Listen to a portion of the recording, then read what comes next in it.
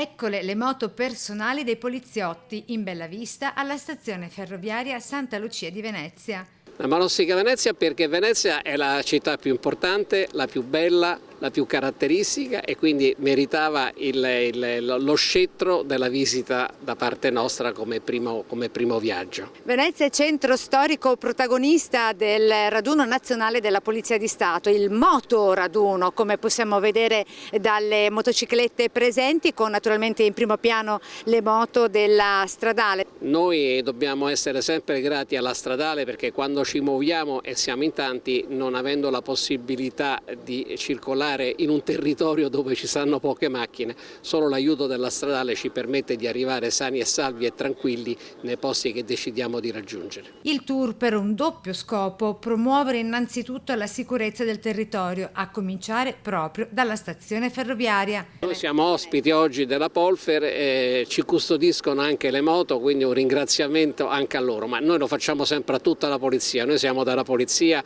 le specialità sono le nostre, diciamo, punte di diamante, ma siamo tutti poliziotti, quindi tutti quanti ci vogliamo bene, tutti quanti abbiamo gli stessi sacrifici, tutti quanti combattiamo le stesse battaglie e tutti quanti siamo al servizio del cittadino. Motoraduno che ha uno scopo, un senso, una finalità sociale. Ogni raduno che noi organizziamo raccogliamo dei fondi che servono per la nostra associazione, che è la Fondazione Marco Valerio, dove questi fondi vengono versati per sopperire alle esigenze del personale della Polizia di Stato che ha figli con malattie molto gravi o incurabili. Il tour dei poliziotti Centauri proseguirà nei prossimi giorni, venerdì con le tappe a Folgaria e l'Altopiano di Asiago, quindi sabato lungo i colli trevigiani per concludersi poi domenica con il rientro a Marostica.